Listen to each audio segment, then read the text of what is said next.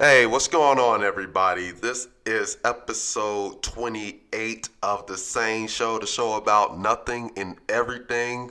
Got a special guest here, another family member. Yeah, I know I got a lot of family that come on this show. We just happen to do a lot of big things in this family. My cousin, the owner of Style Cut, Barber-Stylist, Mansfield, aka Express 9. What's going on, cuz? What's up, cuz? Thanks for having me, man. Glad to be here, bro. Yeah, I'm excited to have you on, man. I like to have dope people on this show, and you're one of the many people I consider dope. So, I'm excited Appreciate to that. have you on. Thanks. Yeah. So today we're going to talk about black barbershops, Detroit, D-Town, what up? Aight. And, and then we're going to have our trending topic, which we'll reveal later in the recording. And then we'll interview Mansfield so that you guys can learn a little bit more about him and what he does and what he's got going on and things like that. So let's go ahead and hop into it. So kind of like I mentioned prior to the recording, black barbershops. And I think the black barbershop is a unique place. And for all the homies, all the fellas out there listening, they can relate as far as the black barbershop, because I think about the black barbershop. It's like an experience of no other. And I was telling you, having been in corporate America, and my white colleagues hearing us talk about the black barbershop, Right. and they like, yo, wait, what? Like, y'all, like, do you do this, you do that? Like, nah, yeah. So it's like, it's not like no Great Clips or any of these other chain barbershops where you just go in, you get a haircut, And you you in, you out. out. Right. Yeah, Right. it's definitely more so than just the money that Right. that we're looking into. It's a place of healing. You go, Yeah. a lot of the barbers in the what we call a black barbershop, they're like psychiatrists in a way, or mentors to us. That's And true. They can, just you sitting there getting that haircut, but during Yeah. the same time, they're like, it's like your big brother Yeah. from another mother, Yeah. standing behind a chair cutting you up. Yeah. Can relate on a lot of different levels. Right. Them been through a lot of struggles. They're kind of undermined, or I guess we are kind of underrated as black barbers because, in the outside world, they think we're just a dude with clippers. When, Yeah. you got some guys in here who got PhDs, Yeah. everybody's not a convict straight out of prison and Right. back there just cutting Right. hair, Most influential like readers and stuff like that you can probably like name and can sit there and recite countless books and everything but it's definitely a part you can go if you want to talk about sports, if you want to talk about politics, you Right. can politic anything. It's more so than just get in a chair, give me your money and send you up out of there. Right. And Right. it definitely helps build a lot of like character and a lot Yeah. of the young men in the community and Right. keep That's them off true. of the streets, so where they just want to come and kick it and just chill in Right. the barbershop. Right. With some of the old school, you call older barbers in there unk. What's up, Unc? What's up, Pop? Right. Just come and kick it after school just Yeah. to stay out of the neighborhood, Right. And give them a little job and give them a broom or something, let them clean up, fold some towels, instill a little work ethic in them and stuff, It's so funny. Like, I'm, as you're talking and I'm sitting here, like, I look forward to going to the barbershop every time I go. Honestly, it's therapeutic in a sense. I ain't gonna lie, I'll be ready to fall asleep in the chair. Like, you getting a good lineup, and it's honestly a good feeling getting your hair cut. You know what I mean? So, like, yeah, I go in there, be chilling, be joking and whatnot, especially, just knowing how my experience is. I walk in, they joking on me right off bat. Like, Man, they real down to earth, man. They cool. They'll crack on you Right. too, man. Don't have another barber beside you over there giving somebody the Timmy and not blending that lineup out of there. They Yeah, gonna blaze yeah. all day. But it feel good, when you develop thick skin through it too, Yeah, exactly, exactly. you start cracking on yourself some before everybody Right. else get a chance to, So when they go to school, they can handle it a little bit better when their classmates start joning on them a little bit. Right. But yeah, it is therapeutic, man, and it's like cheap therapy. You look better, you feel better, you Right. do better, Oh So man, ain't no feeling like getting out that chair, you fresh, especially when you got somewhere to go. Like you going, yo, I need you to get me right, man. Like Yeah, on time. Now, don't be that. Some of them clients, some of them come in there, they be like, "Yo, I gotta go," and they sit there shaking in the chair. And you the barber, and you got one in, you got one in the chair and one waiting. Yeah. You know, and you got that one that comes like, "Hold on, my appointment. You know, my Right. appointment was like 10 minutes ago. I've been Right. sitting here." And so now you feel like you got to rush. You sweating. Right. You like, look, bro. All right, let me knock a couple dollars off your haircut or something, man. Like. Y'all be out here saving lives. I don't know if you know or not. Y'all really like. There's this meme. It's still going around, but I remember I shared it too, and it was a picture of like the Andes T-liner, and it was talking about we appreciate the barbers. They can make or break you. They get you right. Like it do a whole lot for your confidence. Like you look good. Like you said, you get up out the chair, you feel good. So Right. it's like, I saw that and I'm like, yo, that's facts. That's facts. Cause For real. if you ain't right, like people gonna be making fun of you. Like it does a lot in the black community. So I want to let you know, if nobody ever told you, we appreciate you and any other barbers listening. We appreciate y'all because y'all be out here saving lives. Y'all get somebody right. Like, and it's so funny. Like when people be joking with me because I go every 2 weeks and I'm like, dang man, why you going so often? Like, bruh. This ain't no, you know what I mean? It's serious, man. Some of the guys out here be worse than the females when they hairline. Right. They're like, bro, like Right. you were just here 3 days, and Yeah. I'm not gonna turn you away though. Go ahead and spend that money, man. I'm gonna definitely Right. get you right if you want to show up. I'm gonna Right, get you exactly. And what's another good experience I had? I remember I was in Jersey last summer, and my cousin I was with up there, was like talking about, oh man, all the barbers up here, they don't play. And I know this dude like cut hair for like some of the local celebrities and all that. So I remember like I was in the chair for like a good hour, and he gave me, like, I was rocking the fade at the time too. So he faded me up and everything, did my mustache and did my goatee and all that kind of junk. And I'm sitting there and I'm like, man, it's like, you're in the chair for a long time, them clippers start getting hot too. Oh yeah. And I'm like, dang, bro, like, and he finished and he gave me the mirror, and I'm like, bro. You can feel when it ain't Yeah, right. You can feel when it's wrong. Right. But it was right though. Okay. Like, okay. and it was the fade, man. Like, ain't nothing like a good fade either. And it was just perfect. And I remember, like, and my cousin still joke with me till this day about me, like, how I reacted, because I was sitting in the chair like, bruh, look what like, yo, this is masterpiece right here. This dude hooked me up. Yeah, Remember when the New York was in Times Square, like. And I'm like, okay, I feel like I'm the man now. Like, I'm making sure I ain't had no hat on or nothing. Made sure my hair was brushed, got a little wave showing and everything. Like, yeah, I'm the man now. So yeah, it did a lot for me. It did a lot for me. When it's right, I get like a lot of people that'll come in there and they'll appreciate their haircut so much that like they'll leave their hat behind. Right. So I've got this big area just full of hats, like from people, like they're getting a mirror and they good. Like they don't even want the hat no more, man. Right. I just put in the lost and found. Right. Sometimes they come back, sometimes they won't, and grab them. But especially like, of anything, the hairline, bro. The hairline, like that, especially like that perfect right angle. You know what I mean? Like, just like, it's sharp. Oh yeah, we got a little enhancements now for the brothers who struggling a little bit in the front, in that front cul-de-sac area right there. Yeah, we got a little help in that area now. That's true, man. That's true. That's styling hair has come a long way. That's definitely come a long way. So I want to go ahead and get into our trending topic, Nipsey Hussle, and for anybody that's listening. Knows we just celebrated the life of Nipsey last Thursday. Anybody that knows me knows I'm a big Nipsey fan. I know the homie Taylor. Shout out to Taylor from Cali. He put me on the Nip back in 2013, and I was deeply saddened by his loss. And what I've been doing since then, of course, I've been somewhat aware of what he's been doing in the community, but after his passing, of course, I've learned a whole lot more about what Nip has been doing in the community and the impact that he's been making in his local community. So in this segment, because everybody's again still talking about Nip, and really just wanted to shed some positive light on the things that he's been doing.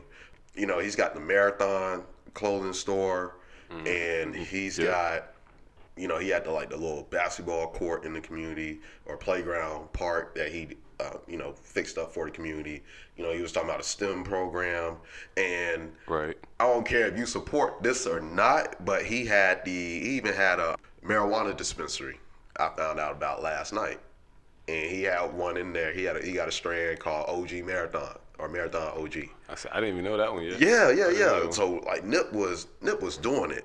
Nip was doing it, and I just think that it's so great that that everybody's talking about the stuff he's doing. He was inspired by what's his Dr.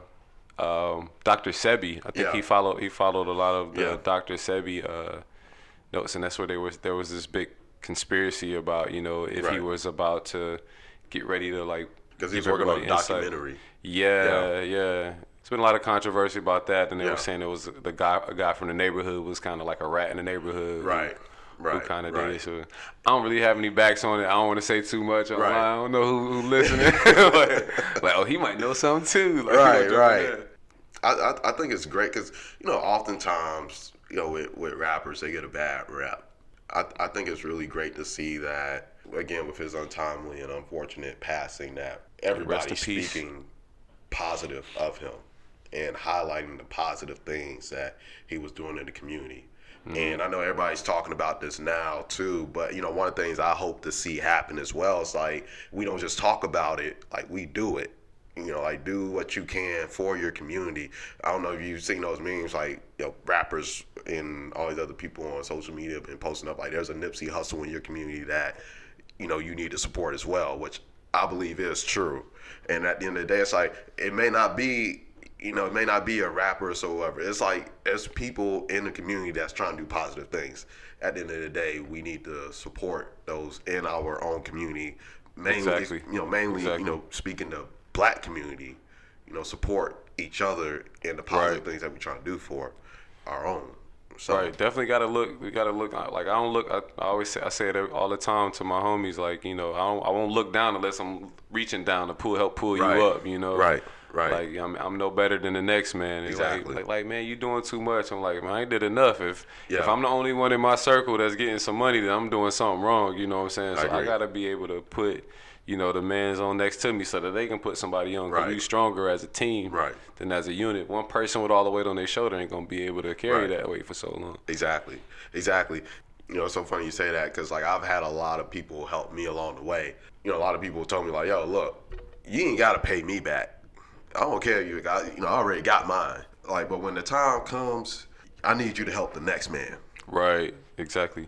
And so when I do help people, I'm like, yo, you don't owe me nothing.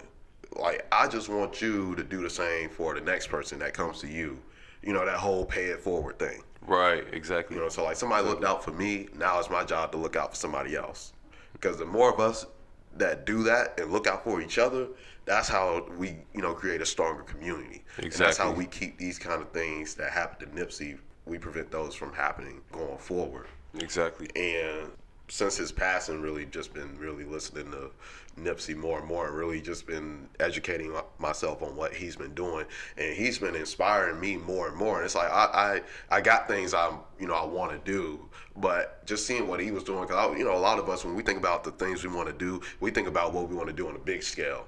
Like, I want to get my hundreds of thousands or my $1 million and, I want to start a foundation or I want to do this and that. Like, there's a lot of things you can do right now. And, I know I have to constantly remind myself, and I know people remind me too, like, you ain't got to have all the money or all the resources to help somebody else or to help out your community. You can't, like, I always try to help people. Like, I told somebody today, like, look, if you need a connection or something, holla at me. I know people. I got a lot of connections. They may not be able to benefit me directly, but if I can benefit somebody else, I'll be more than happy to do so. It don't cost me nothing. It'll impact somebody else's life, which is, have a positive impact, which is something that I care about. And then, that they will have an impact on whoever else. You know what I mean? 'Cause again, that stuff just goes, and you having a positive. The more people you touch, hopefully planting them seeds. Right.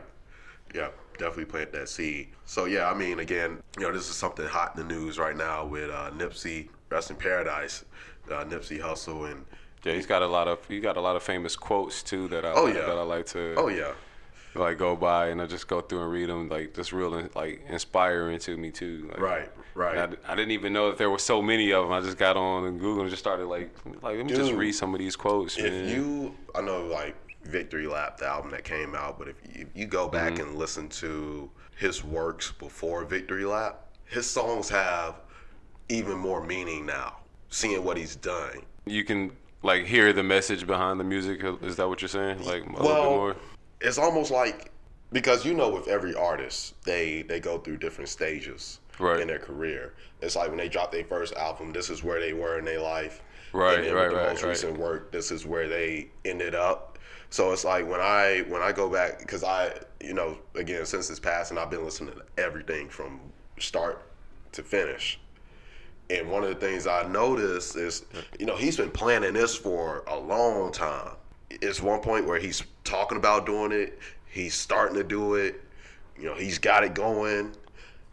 And then he's got it, he's still doing it. He's being successful at it. He's making his money off of it. He's helping the community. And like, that's a lot of what you saw in Victory Lap. But you see before Victory Lap, you see him talking about the stuff that he's going to do. So he was planning his work then, but now you see him as working his plan. Right. So it's almost like, when you watch a movie and they say, there's little things you might have missed.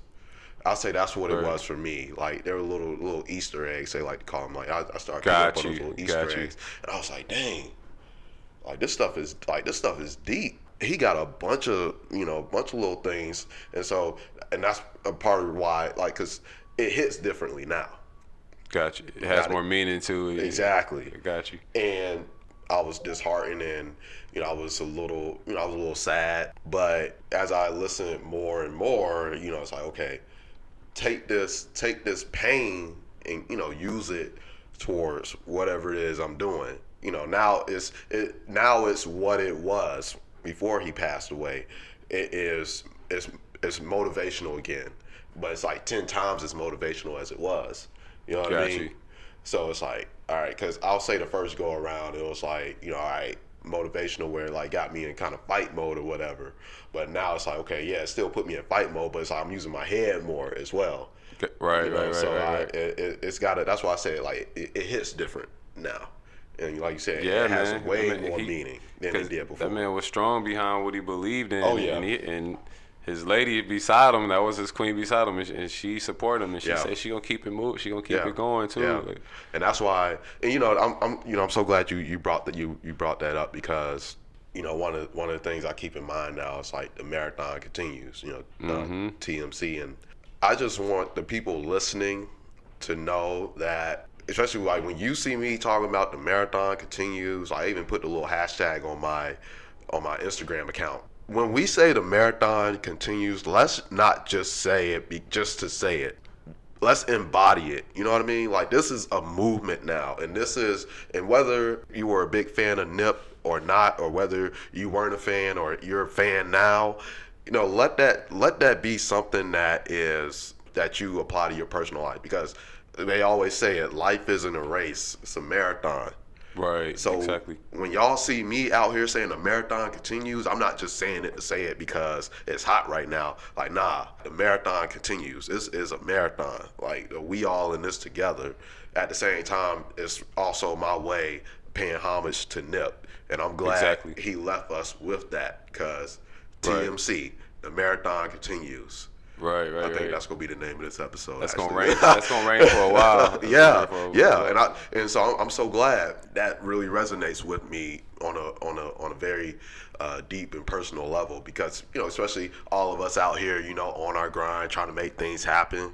Like, that's something we all, especially all of us out here grinding, that's something we need to keep in mind. It's a marathon, and the marathon continues. Yeah, we can't be silent, man. They try to silence us, but when there's so many of us, you can't hush down the whole choir. You probably get one person to lower their voice a little bit, but everybody gonna be quiet. You know what I'm saying? So the message still gonna go. go on. Like, Exactly. That's the good thing I love about the melanin that flow through our blood. We ain't easily broken. We might be bent, but we ain't gonna be broken. You know what I'm saying? Right. Oh man, that's another topic for another episode. I can say so much about that, man, because you made some things come to mind.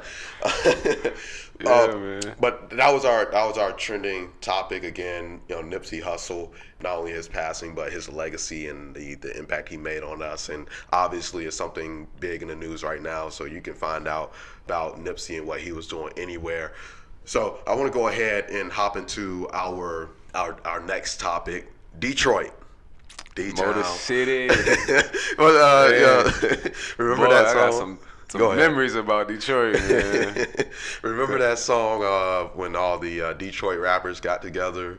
I'll say like the modern day Detroit rappers like Deej Loaf, Eminem, Royce the 5'9", and Detroit versus everybody. Yeah. Detroit versus everybody. Man, my mom still got the T-shirt. Yeah, that was, man. You know, that sparked a serious movement. You know what I mean? Yeah. And I think it's always beautiful when you have a city, especially a city like that, when everybody just rally together and they come out, Detroit versus everybody, and now you got all these other cities out here talking about the same thing. Charlotte versus everybody, Chi-Town versus everybody, man. Oakland versus everybody. Miami. Because people try to slay our city, man. Yeah. Like, and coming down to Charlotte, like people like, oh, you lived in Detroit, man. How you live in Detroit, man? How you survive there? I'm like, Detroit, man, that's where the strongest survive, right? I mean, that'll make some soldiers out of you. Yeah. Like them harsh winters and standing at the bus stop, man, the snow up to your chin, but you gotta get to work because it ain't no schools finna shut down just because it's snowing outside. Yeah. They're like, you either get to work or you know what I'm saying, don't show up at all. Like, we here, so you need to be here too. I don't care what the weather looking like. Only the strong survive there. Yeah, man, real tough. Like, I mean, but it's a lot of love too, and it show you to appreciate grinding and hustling. You know what I'm saying? Especially when you got family members, you got sisters, nephews, nieces, cousins, coming up under you. It's no choice, and you gotta show them. So it's like you're being conditioned to your environment. It's like how a lion is raised in the jungle. Like them cubs gonna come up and they gonna learn they gonna be beasts eventually. But you take somebody out of Detroit and put them in any other city, they gonna thrive. Because the hustle and the grind is already there, versus probably bringing somebody from outside, and I kind of fall on both sides of that, being that I've been in North Carolina for about 14, 15 years now, and I've seen this. Going back to Detroit now, it's like, I mean, you want to go with some credentials or something up under your belt. You don't want to just go there empty-handed because it is changing. It is changing, and it's a lot of business, a lot of money moving in there. They cleaned it up a whole lot. Yeah. They got the whole gentrification thing going on. Moving a lot of the money. I'll just say moving a lot of the money back into the inner city. To say the least or whatnot, and just cleaning it up. Yeah, Detroit, man, it makes some soldiers out of you. It makes some beasts out of you. And you can make it there. You can make it anywhere, man. And I'm not from Detroit, as I told you. Yeah, I have a great appreciation for Detroit. I've only been there 3-4 times in my life. I honestly think it's a sleeper city as well. Some people laugh at me when I say it, but I look at Detroit like the up north Atlanta. As far as a city up north that's it's not as big as New York, and has a large black population as well. Like great food, a lot of history, a lot of black history at that. And one of the few major American cities where a black population has thrived historically. Started from Motown, stuff like that. And exactly. The music and all of that. Exactly. Yeah, definitely. I remember when I think it was in 2014 when I went up there, and it was in December, and boy, was it cold. I always tell people it was so cold, man. Like, I remember we was at the hotel, and I got close to I was like a couple feet away from the door, but that wind was just like blistering through. Man, that windshield hit you. I mean, you come outside, it's like throwing razors at your face. You gotta cover your face up in the wintertime. There ain't no t-shirts and basketball shorts like we'll pull off in Charlotte down here sometime. Yeah. You definitely gotta layer up, man. I was putting on some jogging pants the other day, and I wanted to put some jeans over top of it, and I instantly had a flashback in Detroit because that was what we had to do every day. Like tuck your jogging pants into your sock and then put your jeans over top of that. You know what I'm saying? To make sure you. Me and my cousin, man, I remember catching the little school bus or whatnot. We catch the bus every day, man. That was just a daily routine, but it was normal for us. Like, you know, so we come down here and I hear people complaining, oh, it's cold, I ain't going to work. I'm like, so I'll be there. As long as they ready to show up and spend that money, I'm going to be there to collect it. You know what I'm saying? That weather ain't strong enough for me. Live in Detroit for a little bit, you'll have a bigger appreciation for this weather down here. Yeah, dude. When I came back from Detroit that one time, I came down here, it was like, it was probably like, you know, upper 40s or something, man. I'm like, man, this ain't nothing. Right. I was just in Detroit. You think it's cold down here? Like, bruh. 15 below. Like, it was looking at me like I was crazy. Like little kids out there, 8 years old, still trying to shovel your snow for a couple of dollars. Like, it's cold outside. Like, I remember I came down here. I was like, probably outside in some basketball shorts, rocking a hoodie. Like, bro, what's wrong with you? Like, bro, it ain't that bad. Like, man, I just got back from Detroit. Like, it hardened me up a little bit. So you know. Man. But yeah, when I went up there, man, and you know, went around the city, and you know, it just disheartened me to like see how the economic recession, or the Great Recession as they call it, affected the city back in 2008.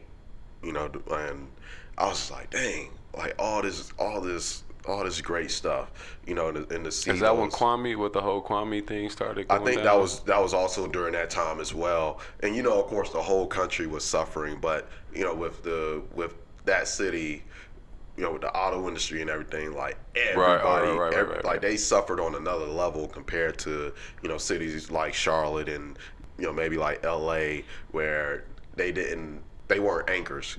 Because I mean, honestly, with the companies that are in Detroit is an anchor for this country. It's one of the anchors for this country, just like New York is. Definitely. You know, and people sleep on that fact, because I'm like, yo, okay, if we lose Ford, GM, and Chrysler, we in trouble. You know, like y'all don't realize that? Man, who you telling? Like, y'all need to help this city out. You know what I mean? Right. Give them people some jobs so that they can help keep this country afloat. So, like, and people tend to forget that, and that's why again I say I have so much appreciation for Detroit, not just economically, because again they're one of the anchors of this country, but because, you know, again, it's so rich in history, a lot of great food, a lot of great things happening in the city. I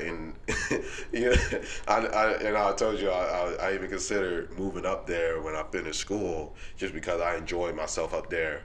You know, every time I go up there, but I'm at a point now. It's like, it's a great place to visit because of the weather. Is the main thing. Yeah, the weather. That's the only thing, man. I done got spoiled with this southern weather, but I gotta come up there and still see my folks all the time. You know? Oh yeah. Same here. And I think another great thing about it too is like just being up there near Canada.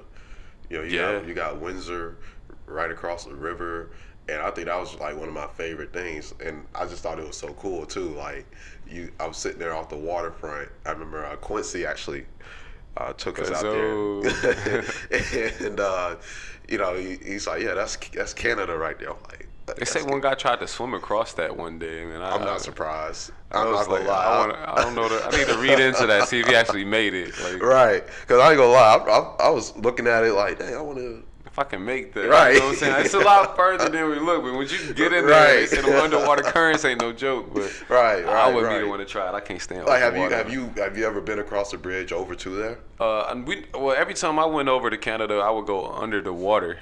Okay. And then there was this big old myth about, you know, don't honk your horn when you go through the tunnel because the walls will vibrate and all come in on you. So, it'll be funny. Like, we'll get people that'll follow each other, and as soon as we get halfway through, they start hitting their horn. Everybody gets scared, trying to fly through there. Is that because I think I was actually up there? When was I up there?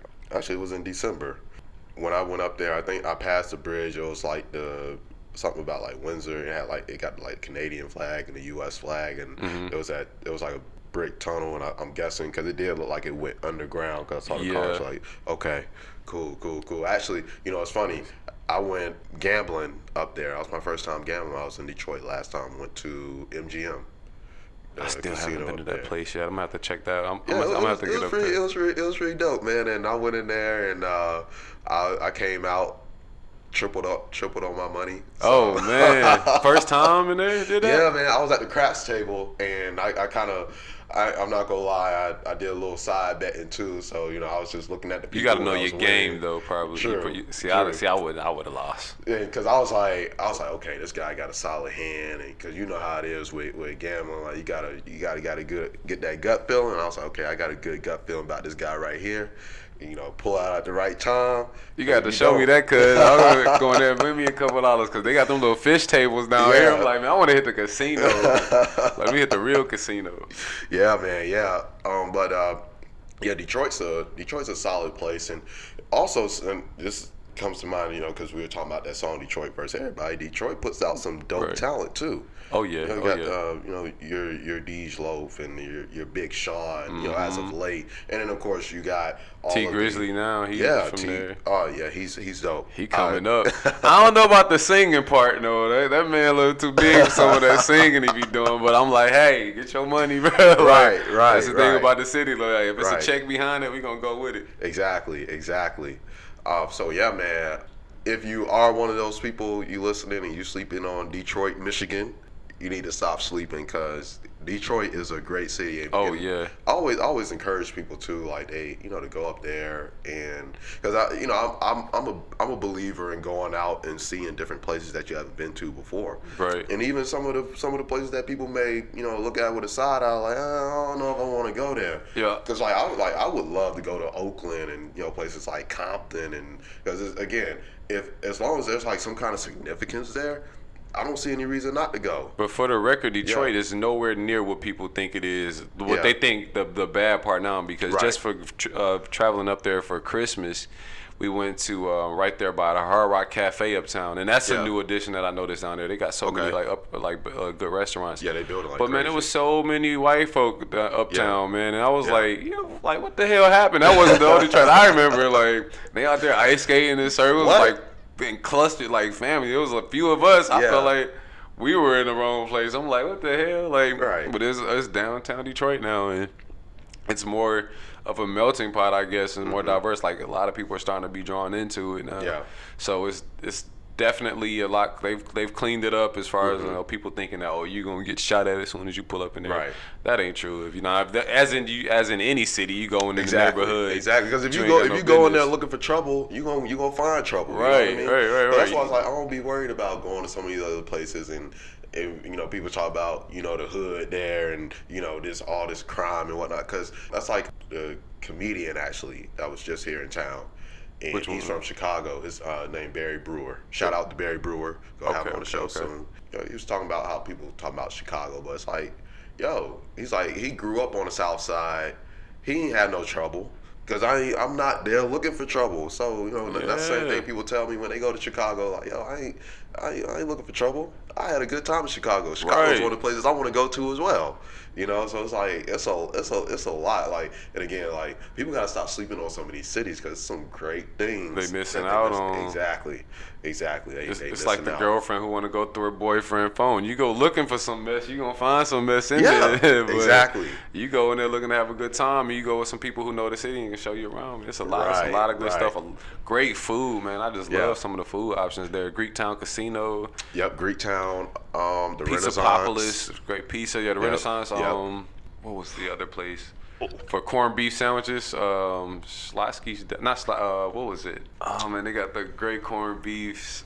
I heard of it, but I've never been there. Unc probably mentioned it too.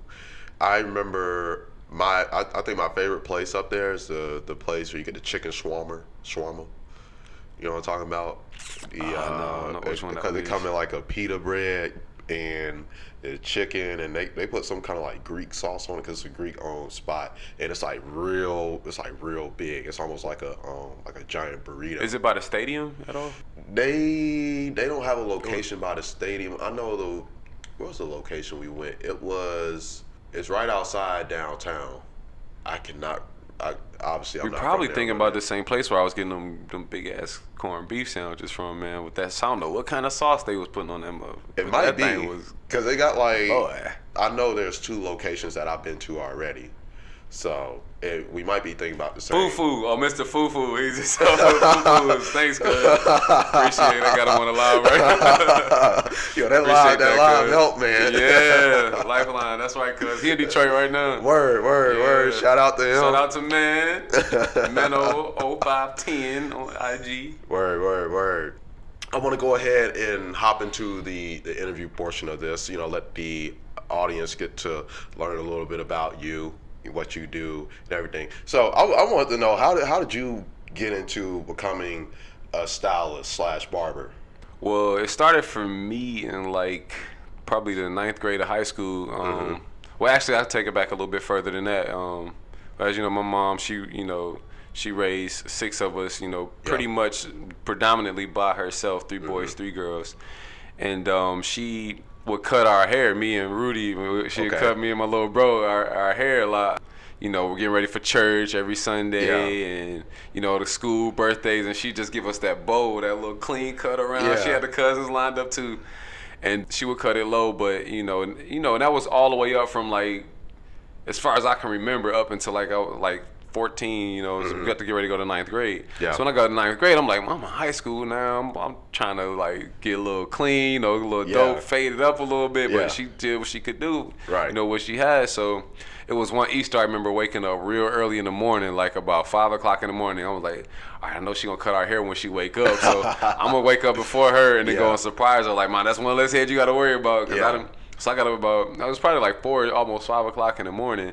Went in the bathroom, got me a little mirror, got the clipper. I put that little guideline she would start us with, balled everything down. Yeah. And I just started fading around. I had the mirror, man. I was in there for about 3 hours. You talking about some hot clippers? Yeah. Had the permanent scab all the way around, the double hairline, but that one was blended. It was shining. Right. So I went to school. After break was up or whatnot, after the Easter break was over, and everybody oh man, you got the fade, that's kind of clean, bro. You did. I did this myself. They're no, you didn't, bro. No, you didn't. I'm bro, I promise you, I did this haircut myself, bro. Oh, that's dope. So I started getting that, that positive reinforcement. So I'm I'm gonna do it again. Then they this better than the other one. Right. So next thing you know, I got the homies in the neighborhood hit me up, bro. Shake me up before class, bro. Shake me up before coming knocking on the door, ring the doorbell. My mom was boy, somebody at the door for you again. So I'm shaping them up. Who's going to Murray Wright? Yeah. Murray Wright High School. Shout out to all my Murray Wright graduates or whatnot. You know what I'm saying? Murray Wright, rest in peace. I heard they tore that school down. Yeah, so it carried from there, and then we left Detroit and went to Greensboro. And right before we lived in 97, and right before we went to Greensboro, one of my Christmas gifts from my mom was a pair of Walls clippers. And she was cause she saw that I had started to cut hair all the time or whatnot. Yeah. And that was that became my little neighborhood hustle. I would give me $5, you know what I'm saying? Right. Give me $2 for a shape up, whatever they would give me. Some of them also, I was just getting my repetition in, me and keeping me and little bro clean or whatnot. And then the cousins, they started lining up. Right. To the point they didn't even want to go to whoever they was getting their haircut before, they was coming to me. So now this is becoming a habit, every day. So we moved to Greensboro. I'm all right, moms need a little help or whatnot. So, let me help make it a little easier on her, by making my own little hustle. There was other dudes around selling drugs and all of that. But I'm that ain't really me, you know what I'm saying? And I was raised a little bit better than that to come, and I've seen what that can do, coming from Detroit. So I'm let me do something that's a lot more legal, where I can probably build on later on, and so toward the point where it became a passion. So I'm meeting people in the neighborhood. Yo, who cut your hair, bro? Let me get you. Whoever had the jacked up haircut or hairline in the neighborhood, I'm I can definitely do something better than that because you where I used to be. So it went from there, man. And then the next thing I know, after fast 40 years down the line, after graduating or whatnot, and went to college, majored in architecture, minor in interior design. Found out that wasn't really as much of my passion as I thought it was. Corporate America, popping 5-hour energy drinks or whatnot just to stay awake in the cubicle and, paper pushing or whatnot. That wasn't what I thought it was going to be.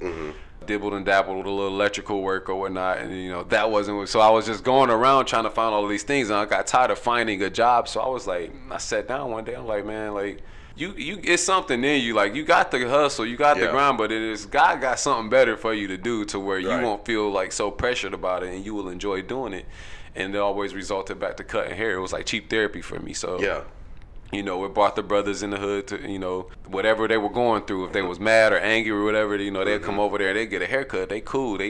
They're venting in the chair about whatever they got, their girlfriend, baby mama, cousin, school, work, or whatever. Right. They gave them a chance to vent in the chair, and I'm just sitting there cutting, listening, or whatever. I'll give my little 2 cents of feedback or whatnot.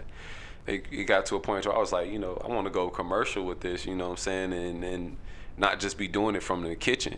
Yeah. So, you know, I was like, let me go ahead and further my education with it and went to school for it. Shout out to No Grease Barber School. You know, they taught me the professional side of it, you know, and, you know, how to go from just being a hair cutter to a professional barber who would be clean, who would target certain demographics and, you know, and learn more than just a haircut, you know what I'm saying? To go, the book was there with all of this good information on chemicals and different techniques and services you could offer. You know, some chose to just cut hair, but I'm like, yo, you know, $16,000, $20,000 worth of barbering school, you know, I'm gonna get more than damn ball fade out of it. I did that back at home in the kitchen. So, you know, that's when I started seeking outside, you know, wisdom and knowledge, following other people on the social media as far as like doing locks and color and braiding and stuff like that. And I'm like, shoot, if they can do it, I can do it too. And it came with a lot of controversy, you know. You know, you had your little barber bullies in there like, bro, put them pressing curls down, them curlers down, bro. This ain't no salon, bro. This is a barbershop. I'm like, man, everybody want their hair, you know what I'm saying? Everybody want their hair done. Everybody just want to fade. So, you know, it went on and on until I got good at it. And then, you know, now I can't stop my chair from spinning. Can't stop my phone from ringing. And, you know. Word. That's good. You know, I was able to, you know, once I hit 6 figures, I was like, man, you know, thank you. Like, this is what it was. I no longer I had to go job searching no more, you know. That's pretty much what landed me where I am now. And I was like, okay, about planting those seeds, I'm like, the next thing to do from here is to teach it to somebody. You know, and you know, and also, you know, building on that. So barber schooling it's my next thing that's on the table now. And showing other, you know, kids coming up out of high school looking for something to do. Other than, you know, selling drugs or, you know, or doing whatever illegally. You know, they can go in there. You take a set of clippers with you. Go ahead and get your master's. And the thing about having a master's license in Charlotte, North Carolina, is that if you take that piece of paper from here, you're considered a master barber anywhere in the United States. Word. Yeah, so you don't have to go and do any more like furthering your education unless you choose to, you know. But you're at least equipped with the basics and you know, of being able to go in any city, and you know, you always got a job as long as you got your bag with you and you know how to open your mouth. And you know, thank God to social media, you can get on the internet all day and just post, you know, I'm in the city, you know, hit me up, you know, post your work or whatnot. I imagine that helps out tremendously, being able to post up your work and people being able to see that, because especially when you talk about, you know, someone that's looking for a barber, they're new to the area, and someone's head that you cut. And for them to be able to, because, you know, people are like, yo, go check my man's out over here. And I'm like, oh, I don't know. But then in your case, they be like, bro, hold on. I mean, you see that? Right. You know me, if you can give them that visual aid, you know what I'm saying, you got them. Right. That's all it takes right there. Because it's a whole lot easier than, you know, just going in there and saying, hey, bro, I'm going to need you to show me what you can do. You know what I mean? And instead of hearing, oh, I got you. It's always that barber with nobody in their chair. Like, I got you, bro. Come on. He just ready, smiling. Like, I've been there before. Clip was clean as hell. Ain't no lick of hair on that thing. Like, bro, what you even cutting all day? What you doing, bro? Yeah, I've been in that position before where I had to buy a new barber and like, dude messed me up, and I was like, bro, you know, I sure wish Instagram was around where I can go, man, let me look this fool up real quick. And man. Not like. Nah, it's like your portfolio right there. It could go with you all day. You know, it is. So I think it's cool too, like, you know, getting to cut some you know, having the clients that you have, and you know, some people that may just be in the city for whatever reason, just breeze through, and you're the guy that they come to. I guess who are some of some notable people who you've been able to, you know, give a haircut to? One that really stood out was YB NBA Youngboy, and that was CIAA 2 years ago. And it was a pretty interesting experience because, you know, for one, I didn't know I was cutting his hair. I was going to be cutting his hair. But Montana, I got a call from Montana. This was CIAA 2018. And he was like, yo, I need a haircut. And I'm like, you know, who is this? Like, you know what I'm saying? I'm like, I'm about to close. You know, I'm trying to get me some of this little CIAA nightlife in Charlotte, you know. He was like, yo, I need a cut. I'm like, well, you know, I'm closed. You know, what's up? He was like, no, I need to cut ASAP. He was like, where you at? So I sent him the address or whatever where I was. I'm like, whoever this is, they're pretty adamant about it. Yeah. They must be ready to put their money where their mouth is. So he's like, I need a cut like now. So I replied, I gave him my address or whatnot, and then they replied with the address to where they were. And I'm like, you know, that ain't how this work. You know, what you doing? Like, so I'm like, let me go on the Instagram and see who this is. And I click on there and I just see a bunch of pictures of, you know, Montana or whatever, who's NBA's manager, and I seen a bunch of pictures of NBA YoungBoy. Not at the time, not making a connection, knowing that was, you know, them two were linked. I thought it was, and Montana was just a big NBA YoungBoy fan. Yeah. So I get to the hotel and I'm like, yo, I let him know, I'm like, yo, I'm outside at the hotel or whatnot. So he was like, come on into the lobby. So I come into the lobby, and mind you, it's dudes, big Ninja Turtle dudes with sheriff badges and big pistols and guns blocking the doors. Yeah. I'm like, yo, I'm here to cut some hair. You know, I came here to just do a haircut. They're like, oh, you the barber? Like, they were expecting me. Oh, you the barber? I'm like, yeah. So they was like, oh, you can come on, bro. You can come on. So they get on their walkie-talkie. Like, oh, yeah, I got one coming through and whatnot. So I'm like, yo, Montana, I'm here. You like come in the lobby? So I came in the lobby, and he's standing there, and the lobby kind of empty. I'm like, where the hell everybody at? You know what I'm saying? Like, I don't know if he bought the hotel out for that time or what. So I go in there, and I see people posted up in the different corners of the hallways. So Montana just looking at me, shook my hand or whatnot. Again, I didn't really know who he was at the time. And then he was like, go with her right here. So he sent me to a girl. He pointed me over to a corner where, one of the girls standing in the hotel, and everybody got their hands in their hoodies. I'm like, what the hell did y'all doing, man? So I'm like, So I go with her, and mind you, I got my clipper bag or whatnot. It's late. You know, she started running. So when she started, like, running, I'm, like, running with her. I'm like, what the hell we running for? Like, you know what I'm saying? So we sprinting through the hallway, and I got my clippers with me. Like, you on a mission. I'm like, where are we going? So she take me to the end of another hallway, and then there was another guy who met me there with his hands in his pocket, in his hoodie, and she was like, go with him. So I go with him, and now he's leading me through the hallway to stop to another guy, and he's like, yeah, go with him. I'm like, at this point, I'm getting nervous. Heart beating fast. I'm like, they passing me off, like, who the hell we going to? So I was like, yo, let me ask this man, who hair am I cutting, yo? Like, where am I going? So I was like, yo, man, who hair I'm cutting, bro? Like, how many of y'all is it? He's like, oh, just one, just YB. I'm like, YB? Like, who's YB? I'm like, oh, young boy, like NBA young boy, like, because this is when he was just like starting to get like real like popular as he was. So I go in there and I cut his hair, man. Yeah, and he just kept rushing me, bro. He's like, man, you cutting slow, bro. I'm nervous, my hands shaking. I'm like, yo, I ain't never cut no bit, you know what I'm saying? Nobody that big. Now I've cut like some, maybe some NFL, the NBA guys who are a little bit more, like Clinton Portis probably, or Cliff Averill, or right now one of my guys I do now is Marcus Burley. Okay. He comes every week. He played for Seattle Seahawks, and then he moved over to the Browns. But I think his leg is injured, or he's going through some kind of rehab with his leg right now. But he has a house down here, So whenever he's out of season or in between, he's always here, and he's in the shop about every week. Same day every week. So. Word. But never like a big pop star like NBA YoungBoy was, to where he's about to go on stage, and I'm like right here I'm cutting your hair. This is the haircut you're about to wear on stage. Like, I think he was going to the White House that day to perform, and I didn't follow. I had heard my new little different stories about the White House and the younger teenage crowd and stuff like that. And I'm just like, nah. I'll let them have. I'll take my chance. I'm gonna keep my tip in my pocket. You know what I'm saying? And going on. Thank you. It was nice meeting you, bro. Hopefully we'll meet again on a better note. Or I know what to expect from you. You know what I'm saying?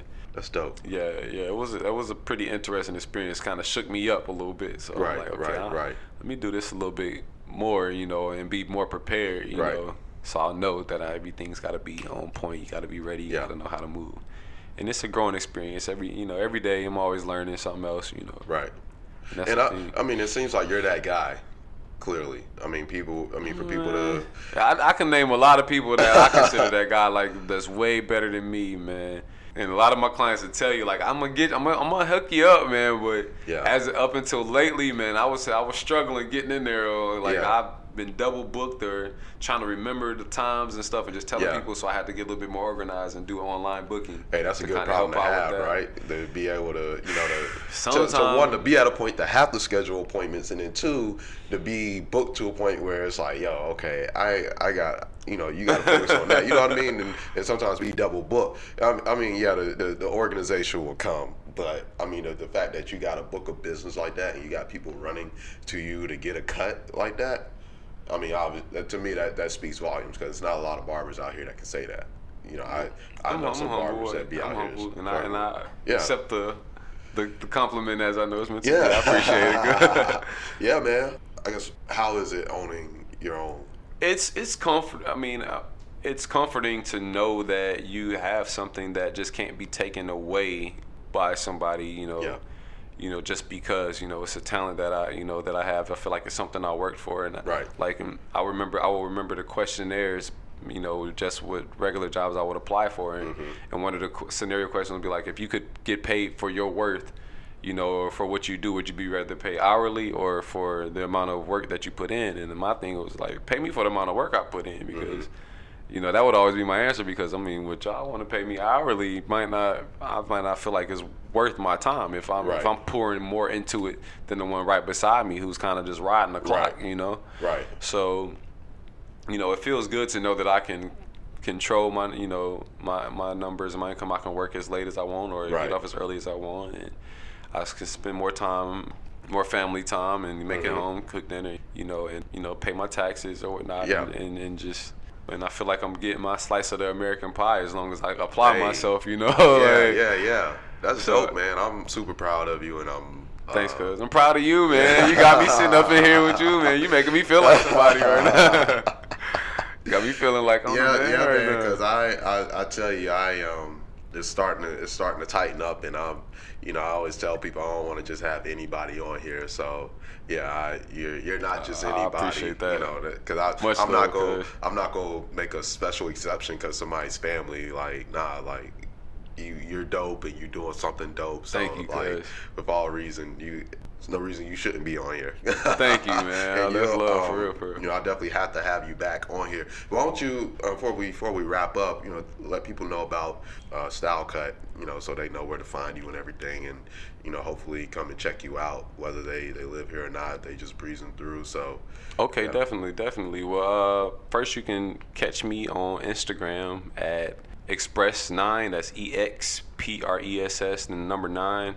Express9 on Instagram, and you can click on the link in my bio to set appointments, check prices and rates.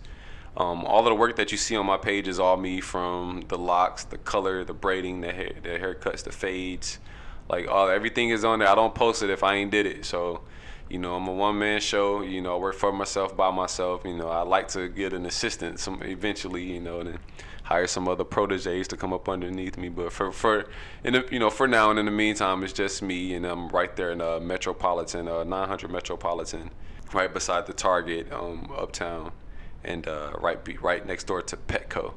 The information, you can DM me if they have any questions or whatnot, and catch me on there. Yeah, man, I'm available pretty much on calls 24/7. You hit me up, man. I'm gonna show up, man. I'm about my grind, so you need me there, I'm gonna be there. I'm pulling up. Pull up game strong. So the money right, I pull up to the crib. Yo, so y'all heard him. Make sure you rewind, take notes, and definitely go and check him out. Hit him up. He's all, he's a businessman and he about his money. So one, don't waste his time, and two, he's always ready to cut somebody's hair. So, definitely go hit him up, check him out. And if you haven't done so, 28 episodes in now, and you ain't following us, go check us out. SANE Show on Instagram, Twitter, SANE_show, SANE_show. Again, that's Twitter and Instagram. The SANE Show on Facebook at Coco and the Director in the heart of Uptown Charlotte. We got our live recording with my co-host Mal. We got our special guests Kim and Kyle. We are excited to see you. It is free of charge. If you haven't gotten a ticket, don't worry about it. Again, you can still come in because the event is free at the end of the day. Excited to see everybody out there. So come check us out. Come join us. Continue to like, share, subscribe, and tell everybody about us. Again, this is the SANE Show, episode 28, with the owner of Style Cut, Barber-Stylist, Mansfield, a.k.a. Express 9. Again, go check them out. And until next time, we're out.